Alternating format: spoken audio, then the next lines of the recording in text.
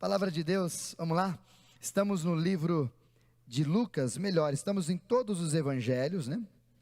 Falando um pouquinho sobre a caminhada da negação de Pedro. E hoje nós vamos fechar essa fase para entrar na restauração. Falamos aqui já em alguns momentos sobre Satanás tentando Jesus, tentando Pedro melhor, e Jesus intercedendo por nós. Lucas capítulo de número 22, se você tiver com a sua Bíblia, versículo 31. Falamos também sobre a reação de Pedro em outro momento. Todas essas mensagens estão na nossa plataforma da internet, no YouTube, esse sermão. A segunda vez falamos sobre orgulho, porque assim que Jesus falou para ele que você vai me negar, ele falou, não, eu não, Jesus, orgulhoso. A maior característica de Pedro, que Deus trabalhou muito, inclusive na pessoa de Jesus. Depois no versículo 54, um pouquinho, quando Pedro depois já viu Jesus sendo preso, viu Jesus sendo levado, Jesus entrando no sinédrio, no pátio, nos lugares ali, ele começou a se afastar das pessoas e de Jesus e seguia Jesus de longe. Falamos sobre esse afastamento, esfriamento espiritual que a gente vive às vezes. Falamos também sobre o momento onde ele estava ali, e ele tinha um amigo que era amigo do amigo que queria entrar lá para ver Jesus mais de perto. E ele deu um jeitinho, abriu algumas concessões e esteve lá. Nesse dia falamos sobre o cuidado que precisamos ter sobre as nossas concessões. Trocar valor por outras coisas. Depois que ele entrou, ele ficou junto com outros homens e mulheres ali, se esquentando em volta de uma fogueira. Desse dia então nós falamos sobre as nossas amizades, as pessoas que estão à nossa roda de fogo, ou as pessoas que estão na nossa casa, quem a gente vive junto. Como que você lida com as suas amizades? Semana retrasada, começamos a tratar sobre a negação dele na primeira, na segunda e na terceira vez, e percebemos como é difícil ser vítima da mentira. Porque a mentira não somente nos leva a uns projetos e propostas equivocadas, como também nos faz ter pai diferente. Jesus já dizia isso para nós. O pai da mentira é Satanás. Na semana passada nós falamos sobre o final, quando Pedro erra, e ele, ao errar, ele pede perdão ou ele pede desculpa. Inclusive essa semana a gente conversou bastante sobre isso com alguns irmãos no bate-papo, sobre essa questão de desculpa de perdão, desculpa. A gente estava brincando com o Gabriel aqui, né, Gabriel, hoje, aí ele errou ali, ele falou, gente, desculpa, não, ele falou, perdão, ele falou, perdão, aí eu falei, perdão mesmo, desculpa não, porque você errou mesmo, apertou a nota errada, o teclado não toca sozinho, brinquei com ele, né, e a gente aprendeu semana passada, e espero que você tenha levado isso para a sua vida, para a sua caminhada, como que é você lida com os erros seus e os erros dos outros. E hoje eu quero finalizar esse processo, olhando para Pedro mais uma vez, só que agora eu quero te levar em capítulo 14 de Marcos, outra narrativa, Marcos capítulo 14,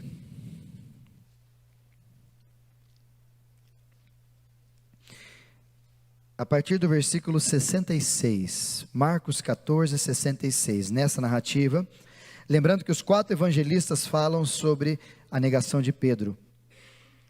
Os 4 evangelistas falam sobre isso.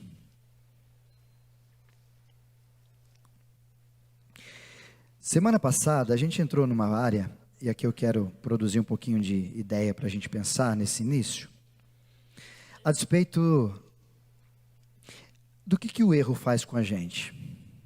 Quando você erra, e quando eu digo erro, não estou incluindo nele pecado, estou simplesmente colocando como erro. Como nós aprendemos semana passada, existem erros que não são pecados, naturalmente. Escrever bexiga com um X, com CH, enfim, inverter as letras, não é pecado, mas é um erro. E às vezes nós erramos no dia a dia, nos afazeres da vida, e às vezes esses erros provocam algumas coisas em nós. O que eu quero trabalhar um pouquinho para a gente desenvolver nessa noite, um pouco de reflexão, é qual que é a motivação que a gente começa a gerar dentro do nosso coração a partir do erro. O que errar gera no teu coração? Por exemplo, quando você, no seu casamento, erra com a sua esposa, como você fica? Quando nos relacionamentos de amizade, você fere um amigo, ou fala às vezes bruto, ou desagrada o seu amigo, como você fica? Que tipo de sentimentos começam a habitar o teu coração nessas horas? Até porque tem gente que, mesmo errando, ou mesmo sendo tratados nesses processos, parece que o erro não produz nada na gente. Talvez está aí a resposta por que a gente erra a mesma coisa várias vezes. E eu não estou dizendo de pecado, nem erros ruins, horríveis. Estou dizendo de erros simples, basilares da nossa caminhada. Segundo especialistas, eles dizem que o nosso cérebro, já falei um pouquinho sobre isso semana passada, o nosso cérebro ele tem muita dificuldade de algumas coisas que a gente joga sobre ele. E parece que a gente tem não só dificuldade de jogar, mas de lidar inclusive com os nossos erros. Há um espaço, falamos sobre isso no outro momento, e vamos falar disso domingo próximo, sobre essa ideia da gente gravar na nossa cabeça memórias dos erros. Por exemplo, você que talvez teve um problema e apanhou uma vez na escola, você lembra do lugar, você lembra da escola, você lembra do jeito, você lembra de tudo. Quem bateu em você não lembra nada disso. Se você recordar, ele vai trazer memória e falar, poxa, é verdade, aconteceu isso mesmo. Mas o que o cérebro nosso armazena a partir das informações, inclusive a partir dos erros, e ele faz isso, e se ele não tiver uma ressignificação dos nossos erros, nós nunca aprenderemos com os nossos erros. Tanto é verdade isso, essa semana conversando com uma pessoa, ela fazendo batata doce, ela queimou a panela. E você queima a panela de batata doce e deixar, demais. Aí fica preta, que negócio feio. Aí eu perguntei, foi uma vez? Não, foi em 3 já. Como que queima 3 vezes? Uma vez só, Aron, já aprendi, vou ter trabalho para... A consequência, lavar. A consequência, cheiro, porque que negócio cheira. Mas eu vou lá de novo e faço de novo. E a pergunta é, por que eu faço de novo? Porque você não soube lidar com o seu erro. Porque talvez aquele erro para nós, ele passa a ser despercebido. Como por exemplo, você ser estúpido com a sua esposa, passa a ser percebido. Você já é assim, está normal? Como talvez você ser grossa com o seu marido, também passa despercebido, porque vocês se tratam assim, deixa assim, então bora, vida que segue. E todo mundo vai fazendo, vai deixando, e as coisas vão acontecendo, e a gente não consegue olhar para a relação, olhar para os nossos entornos e perguntar, gente, por que eu estou errando do mesmo jeito sempre? Meu pai me dizia, quando era mais jovem, quando começava a trabalhar, ele comentava comigo e falava, Isaías, não deixe ninguém te chamar a atenção 2 vezes. Uma vez, talvez é porque você não aprendeu direito. Ou porque não te ensinaram, então você errou. Mas a segunda, não permita. Mas não porque você vai confrontá-los ou fazer algo, mas porque você não vai deixar que eles tomem esse tipo de ação, porque você mudou. Isso quer dizer que a gente precisa, muito mais nesse tempo presente, olhar para os nossos erros e perguntar com muita honestidade, o que eu vou fazer com meus erros? Talvez perguntar já, o que eu ando fazendo com os meus erros? O que eu ando fazendo com aquilo que eu estou errando, quer seja com meus filhos, com meu esposo, com a minha esposa, no meu trabalho, em casa, na igreja, comigo mesmo, na minha vida espiritual? Por que eu estou errando várias vezes dos mesmos erros? É sobre esse pano de fundo que a gente vai conversar um pouquinho nessa noite. E a base dele está em Marcos capítulo de número 14, exatamente o versículo 66, quando estando Pedro ainda embaixo do pátio, uma das criadas do sumo sacerdote passou por ali, pode ir passando, Paulo, por favor, e vendo Pedro aquecer-se, olhou bem para ele e disse, você também estava com Jesus, o Nazareno. Contudo, ele negou, dizendo: não conheço, nem sei do que você está falando. E ele saiu dali. Quando a criada o viu lá, disse novamente: e agora aos que estavam por perto: esse aí é um deles. Esse aí é um deles. E de novo ele negou, dizendo: tampouco. Depois os que estavam sentados ali perto disseram a Pedro: certamente você é um deles, tal qual é um galileu. E ele começou inclusive a amaldiçoar e a jurar: não conheço o homem de quem vocês estão falando. Logo o galo cantou. Aprendemos semana passada o que é esse galo cantar, às vezes que ele canta na madrugada.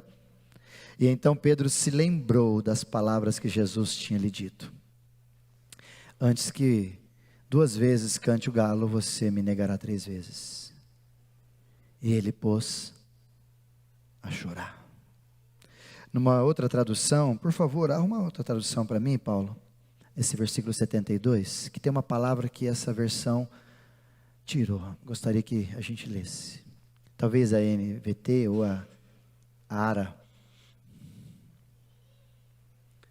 Só para a gente ler ali, Paulo, por favor.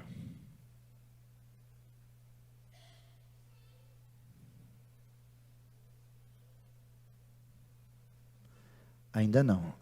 A outra, a ARA.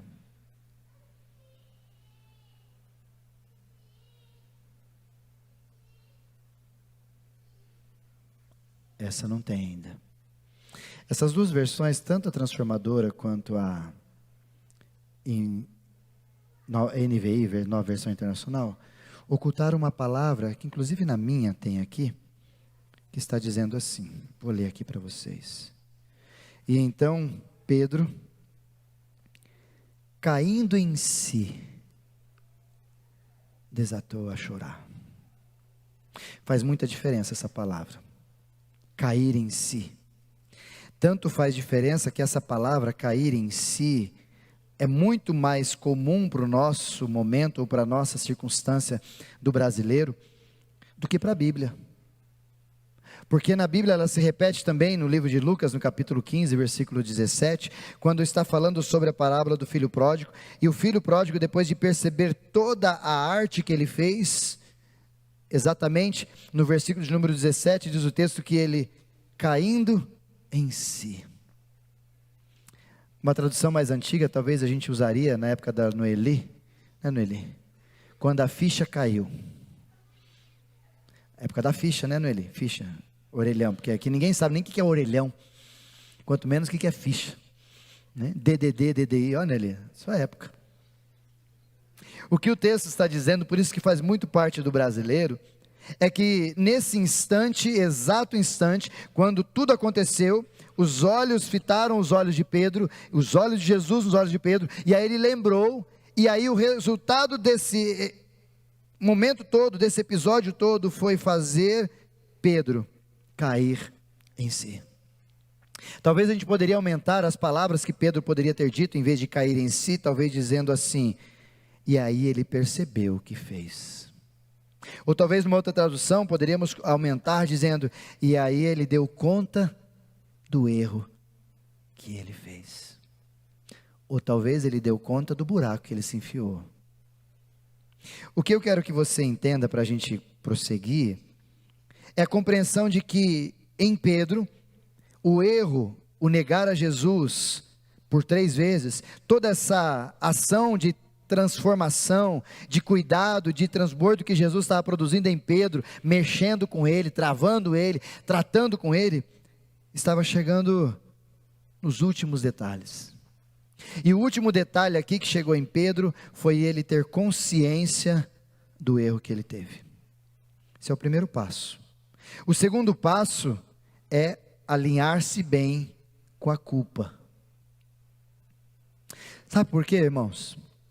Por exemplo, deixa eu colocar uma relação para você entender. Existem às vezes alguns erros simples, como por exemplo, errar uma conta, 2 mais 2, 5. Errei. Beleza, errei uma conta, não voga muito. Só errei uma conta, beleza, são erros simples e se eu estudar mais, eu não vou errar. Contudo, se eu errar essa conta diante de um povo, diante dos amigos ou pessoal do louvor, ele fala, ih, sabe de nada. Talvez a vergonha vai produzir em mim a mudança. Ou talvez até você erra, por exemplo, contra o São Paulo, que o Corinthians errou alguns gols. Quer dizer, não erraram o gol, né, Jé? Ah, você está com a camisa do São Paulo, Jé? Deixa eu ver. Ah, lá, cadê o Kelly? Kelly, ele veio com a camisa de São Paulo, como prometido a sua pessoa. Amém. Como, por exemplo, o Corinthians chutou e não fez gol, errou. Como também o São Paulo e qualquer outro time faz isso. Como talvez você erra quando você coloca seu bolo, seu dadinho, ou aquela receita maravilhosa, e você erra o açúcar. Essas coisas que a gente erra, elas não produzem tanto problema como consequência, não é verdade? É só ficar atento. Mas aí quando a gente tem outros tipos de erro, como por exemplo, bater o carro. Que talvez podem dar resultados e consequências muito mais dolorosas. Como talvez você errar com alguém, com um amigo de infância, e de repente ver rompida a sua relação com aquela pessoa por bastante tempo. Ou talvez alguns erros mais complicados, quando você entra na mentira, quando você adultera, quando você trai, quando você tem agressividade, quando você tem aquelas posturas das quais deveríamos nos controlar e a gente não consegue, como por exemplo, como você chega ao ponto de negar Jesus. Erros muito difíceis. O fato é que cada um dos erros que nós cometemos, eles trazem consigo consequências. Por isso que eu sempre brinco com os meus líderes aqui na igreja, que quando um líder erra, ele é igual goleiro. Errou é gol. Membro comum da igreja erra, é igual meio de campo, Arão. Errou, bora lá, a vida que segue, o jogo está 0-0 ainda. Ou seja, a consequência de quem está no gol, ao errar, é maior de quem está, às vezes, no meio de campo. E infelizmente nós às vezes não percebemos essas ações e características de responsabilidades diferentes, e às vezes nós vamos levando como se tudo fosse simples, e erramos, e tratamos os mesmos erros do mesmo jeito, como o próprio Jesus disse semana passada para nós. Antes de você olhar os erros dos outros, e temos facilidade em fazer isso, olha primeiro o erro que você está cometendo, veja o tamanho da trave que está no seu olho, antes de olhar o cisco no olho do seu irmão. Mas depois de ter consciência do erro, o que a gente tem como caminho é a culpa. E eu leio bastante sobre isso. Esses dias eu li um artigo sobre culpa, de algumas pessoas nesse tempo comum ou contemporâneo, dizendo que a gente não pode ter culpa. Aí eu brinquei lendo esse artigo, falei, então não tem culpa, o motoqueiro atravessou errado, eu bati, ninguém tem culpado nada, e acabou assim, e eu fico com prejuízo, assim. Facinho falar que ninguém tem culpa quando você está no meio do balaio e leva algumas vantagens sobre isso, né?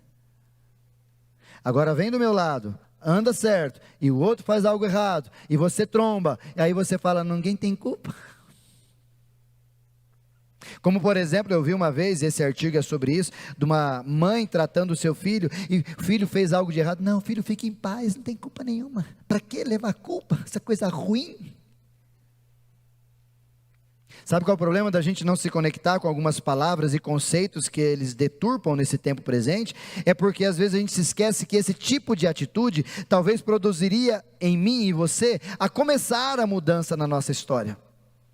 Porque no meu caso, estava descendo o carro, vou de novo do acidente, né, Gui? Falando, o carro já arrumou, já está pronto o carro, fique em paz. Mas por exemplo, se eu estivesse descendo ali, ou alguém estivesse descendo, e eu fazendo a via do rapaz da moto, e tivesse colidido, rapaz, toda vez que eu passasse por aquela rua, se tivesse gente ou não, eu ia fazer o quê? Parar. Não só ele, como eu, estando certo, toda vez que eu desço ali, eu faço assim. Bibi, tem alguém? Porque gato escaldado, ficou ligeiro, né? E eu fiquei esperto, ou seja, aquela reação, ou o que produziu os erros, trouxe em mim e no meu amigo Tony, O quê? A consciência de que a gente não pode fazer aquilo de novo. E o que produziu o primeiro obstáculo que ele rompeu, que eu rompi também a partir disso, foi lidar bem com a culpa. E aqui você pega dois personagens, por isso que é muito importante você lembrar de Pedro, porque teve Pedro que negou Jesus e teve Judas que traiu Jesus, lembram? Alguns momentos antes, Judas traiu Jesus por 30 moedas e Pedro negou Jesus. Ambos tiveram uma tristeza, diz o texto, ambos tiveram uma tristeza, que é natural, resultado de uma culpa. Cara, o que aconteceu? O que foi que eu fiz? Contudo, se você observar, vamos analisar Judas, Mateus capítulo 27, por favor, Paulo.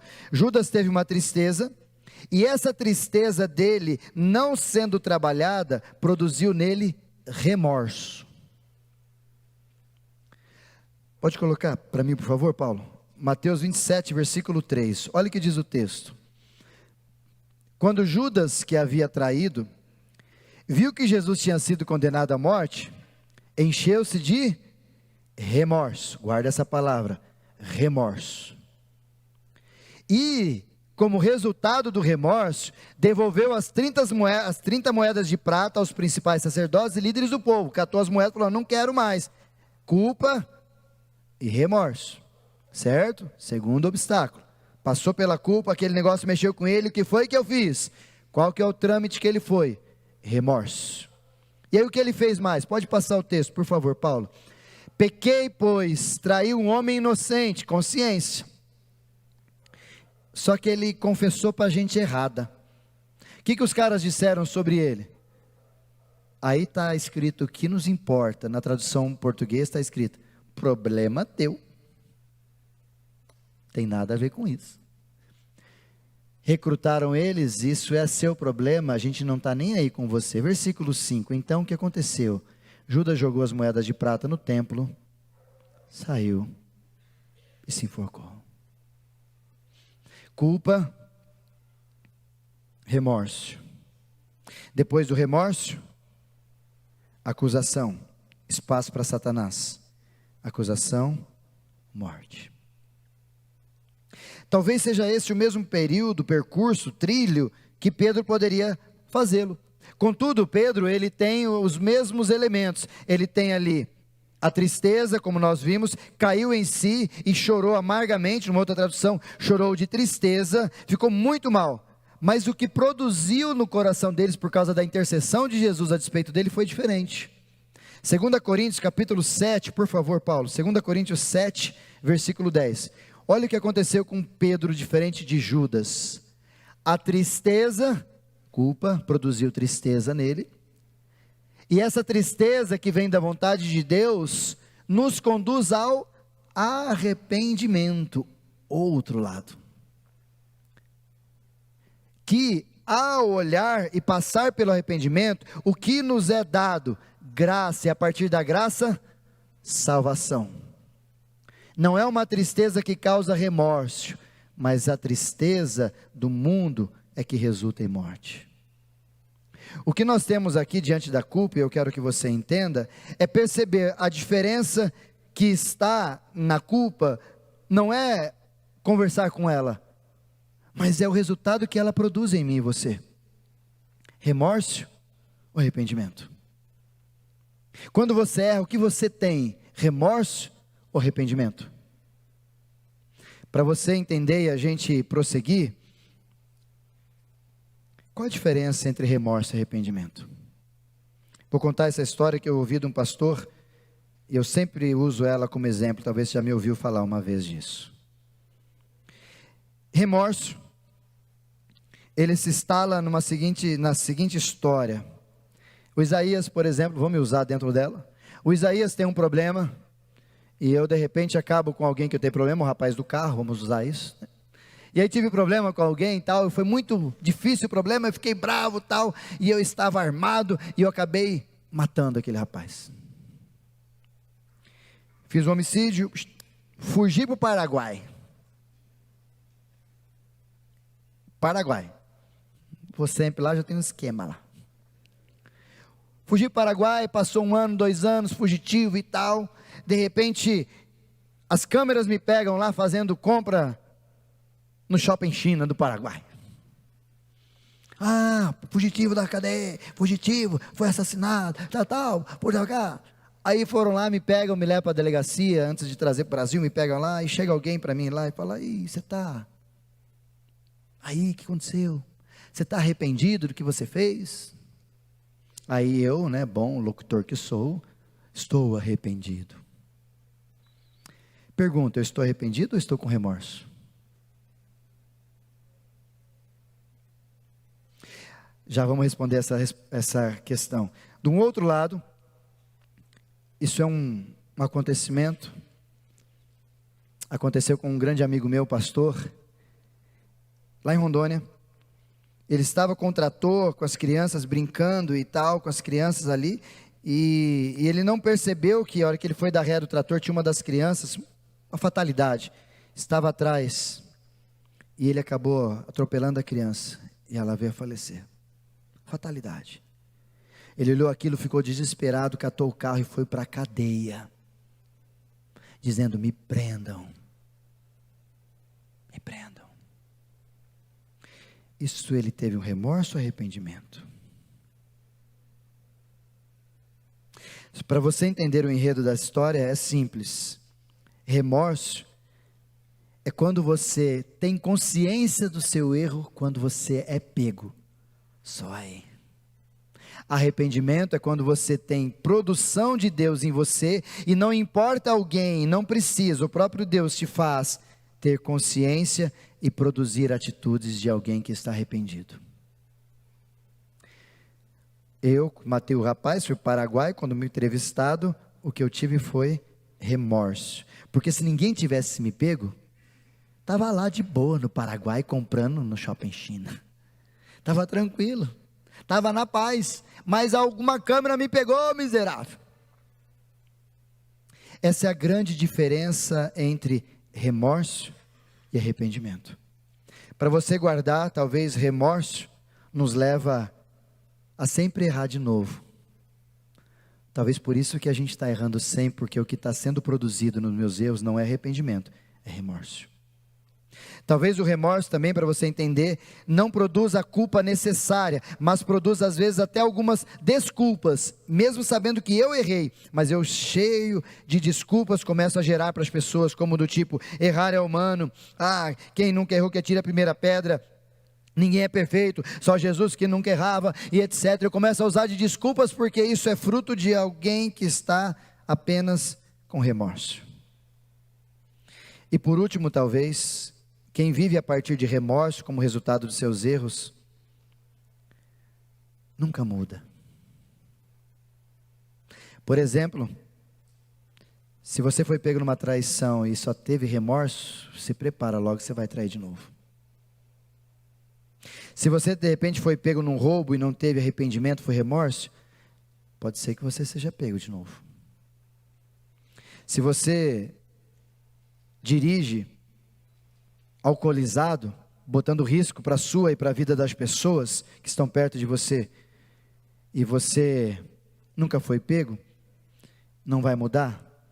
Talvez porque é remorso que você tem sentido no seu coração. Por exemplo, o que aconteceu com Pedro não foi remorso.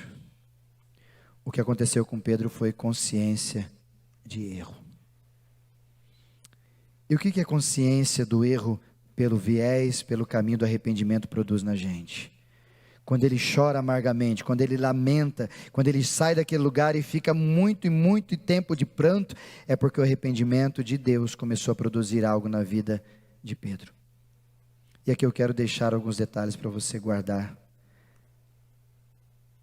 Quando você erra, e quando você tem consciência do seu erro, e é gerado em mim e você o arrependimento, a gente começa a olhar diferente para o mesmo erro. A gente começa a olhar diferente para o mesmo erro, dizendo, eu vacilei. Ou talvez dizendo, como meu pai dizia, não me pega de novo. Eu errei uma vez, mas na segunda você não vai me pegar. Ou seja, eu começo a olhar diferente para o meu próprio erro. Aquele erro não me pega mais, como aconteceu do meu acidente. Eu desço ali agora, olhando para todo lado, não me pega mais. O arrependimento nos produz isso, olhar diferente para os mesmos erros. Segunda verdade, a consciência do erro e o arrependimento também produzem em nós olhar diferente para o pecado. Porque quando a gente tem essa substância no nosso coração, livro de Isaías, capítulo 6, versículo 5, por favor, Paulo me ajuda, vai mostrar muito claro isso, que quando eu peco, ou quando eu errei contra alguém, ou contra o céu, eu começo a olhar diferente a despeito do pecado. Isaías capítulo 6, versículo 5, por favor, Paulo, diz isso bem claro. A gente reconhece que é pecador, e a gente tem consciência que não quer entristecer, como ele diz, o próprio Isaías: estou perdido, é o meu fim, pois sou um homem de lábios impuros, e vivo no meio de pessoas de lábios impuros. Meus olhos, porém, viram o Rei, o Senhor dos Exércitos. O que Isaías está ensinando para nós, é que quando a gente tem consciência do arrependimento passando por nós, a gente olha para o pecado diferente. Ele não é mais um acidente, algo normal na nossa vida, melhor, ele não é algo que acontece e a gente olha para ele, não, eu não posso mais fazer isso. Se talvez você não tenha tido olhar diferente para os teus erros, nem para o seu pecado, talvez o que você está produzindo não é arrependimento, é remorso. Por quê? O que vem junto com arrependimento? Primeiro, com arrependimento, ele vem acompanhado de uma ação divina. Por isso que Judas não teve isso e Pedro teve. Jesus diz isso em João capítulo 16, versículo 8, quando ele diz que o Espírito Santo, quando vier, nos convencerá do pecado, da justiça e do juízo. Dizendo que a obra do Espírito Santo sobre nós, quando nós errarmos, quando nós tivermos um problema, ele vai nos ajudar, e esse arrependimento vem acompanhado de uma ação divina do Espírito Santo, que vai produzir em mim e em você essa consciência de que isso não precisa ser assim. Talvez aí a gente precisa abrir-se ao arrependimento para que Deus se manifeste, para que Ele caminhe sobre nós através das mudanças, e a gente perceba o tanto que o Espírito Santo quer trabalhar na nossa vida e nos ajudar com os nossos erros. Mas o arrependimento também vem acompanhado de um olhar diferente daquilo que eu fiz. Por que acompanhado de um olhar diferente daquilo que eu fiz? Porque ele vem acompanhado de um olhar um pouco diferenciado, porque ele olha o que eu fiz, olha a minha situação, eu começo a olhar os meus erros, as minhas acusações, as ações que eu fiz contra a pessoa, e falo, gente, eu não podia ter feito isso. Ou seja, como o próprio Isaías disse no início, em Isaías capítulo 6, versículo 5, ele começa a perceber que ele é pecador também. E terceiro, também vem acompanhada de um olhar diferente para com Deus. E isso que a gente precisa não só desenvolver, mas guardar no coração. Como que você olha para Deus quando você erra? Salmo 51, por favor, Paulo, é um salmo de confissão de Davi a despeito do que ele fez. E olha que linda a narrativa desse texto. Davi começa dizendo para Deus: Senhor, na sua oração, tem misericórdia de mim. Não por causa de mim, mas por causa do teu amor. Por causa da tua grande compaixão, apaga as manchas das minhas rebeldias. Pode descer, Paulo, por favor. Lava-me de toda a minha culpa, necessário tê-la, e purifica-me do meu pecado. Pois eu reconheço a minha rebeldia, os meus pecados, meus erros, e o meu pecado me persegue todo o tempo. Tem consciência de que erra, consciência de que não está fazendo o que deveria, e ele diz, pequei contra ti. Daí foi ensinado tanto a Pedro, quanto ao filho pródigo, somente contra ti, fiz o que é mal aos teus olhos, por isso tens razão no que dizes, e tu és justo no teu julgamento contra mim, pois eu sou pecador desde que nasci, desde que a minha mãe me concebeu, eu sou pecador. Pode passar, Paulo. Tu, porém, desejas a verdade no íntimo e no coração me mostras sabedoria. Pode descer, Paulo. Purifica da minha impureza e ficarei limpo. Lava-me e ficarei mais branco que a neve. Queridos, Se os nossos erros, inclusive os nossos pecados, não nos estão fazendo, ou não estão produzindo em mim e você olhar diferente para Deus, a gente precisa dar uma olhada no que a gente está produzindo, se é remorso, se é arrependimento. E terceiro e último, o arrependimento vem acompanhado de uma postura diferente. Já dizia eu, e digo isso para vários irmãos, essa semana até conversando com uma pessoa na nossa sala, falamos sobre isso. Jesus diz para nós que a nossa palavra deve ser sim, sim e não, não. Vou te ensinar várias vezes, mas é importante sempre lembrar. Pastor, por que Jesus fala sim, sim, não, não? Por que ele não diz sua palavra seja sim e seja não? Sabe por quê? Porque às vezes eu falo sim, mas o tempo passa, algumas coisas surgiram no meio do caminho, e eu paro de dizer sim e digo não. Quer ver um exemplo, Kátia? Às vezes o Luiz, hoje nem mais, não está nem morando com você mais, fica lá só enchendo o saco e filando boia, conheço. Mas quando o Luiz era pequenininho, chegava lá e a Kátia, filho, não é para fazer isso. Pode fazer? Não. Ela disse o primeiro não. Mas aí o Luiz foi lá, mamãe, traz uma florzinha para a mãe. Aquele olhinho de xereque, né? Gatinho assim, aquelas coisinhas assim.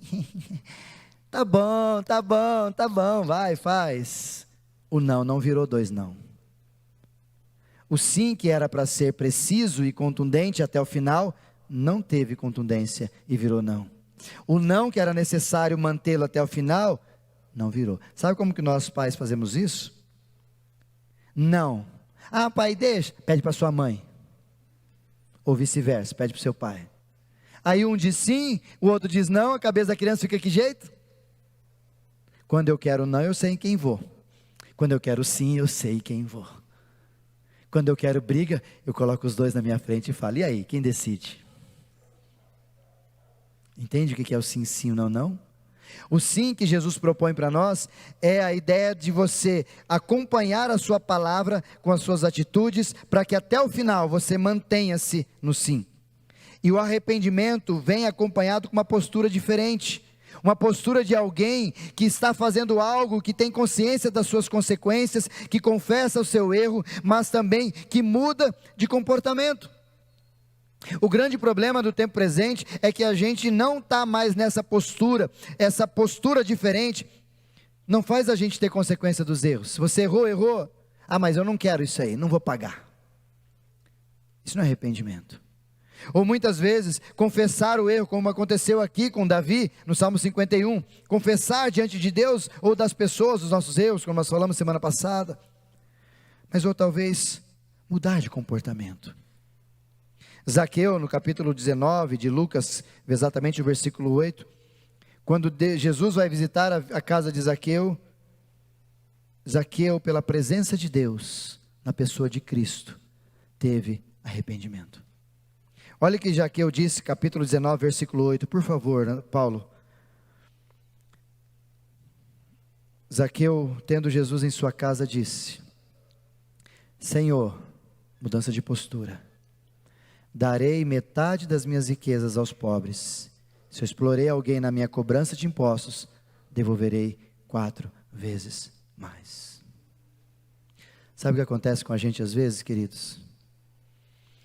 Às vezes a gente pede perdão, às vezes a gente trilha a proposta da culpa, mas a gente não muda de comportamento.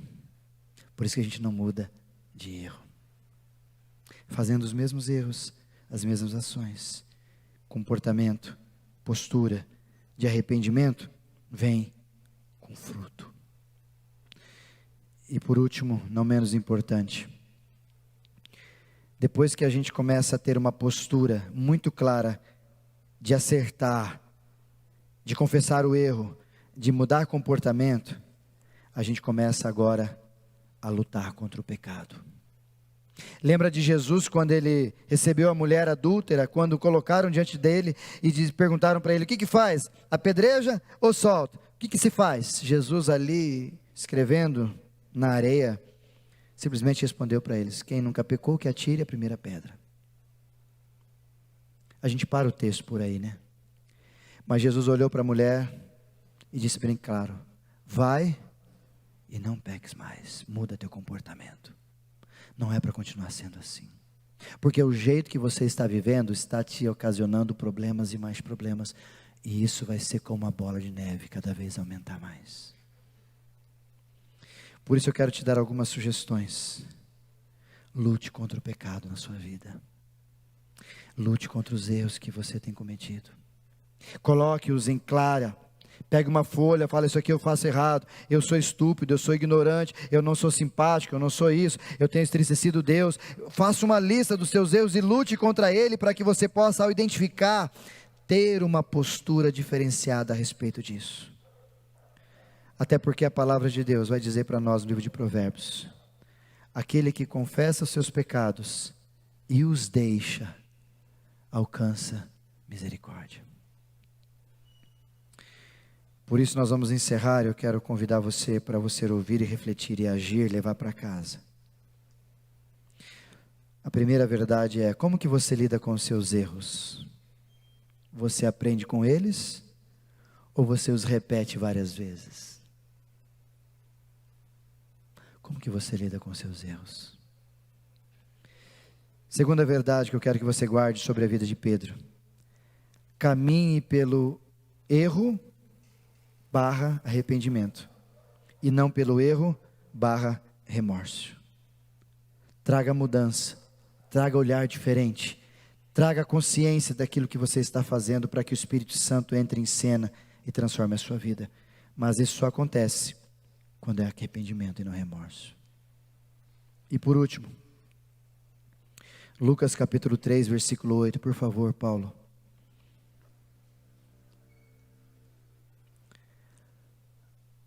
Provém por suas ações que vocês se arrependem. Ou talvez uma tradução: é viável, é visível que pelas ações de vocês passaram pelo arrependimento. Não digam uns aos outros: estamos a salvo, pois somos filhos de Abraão. Isso não significa nada, pois eu lhes digo que até dessas pedras Deus pode fazer surgir filhos de Abraão. Mateus também fala sobre isso. O que ele está querendo ensinar a mim e a você é que todo arrependimento provoca fruto. Todo arrependimento provoca postura diferente. Errou com alguém? Errou com Deus? Muda. Peça sabedoria para Deus para mudar o seu jeito, mudar a sua forma, mudar quem nós somos e o que estamos fazendo. Porque senão nós vamos apenas repetir os nossos erros um atrás do outro. Porque senão, infelizmente, apenas vamos agir, reagir, e a vida vai continuar do mesmo jeito, e mudança nunca vai acontecer.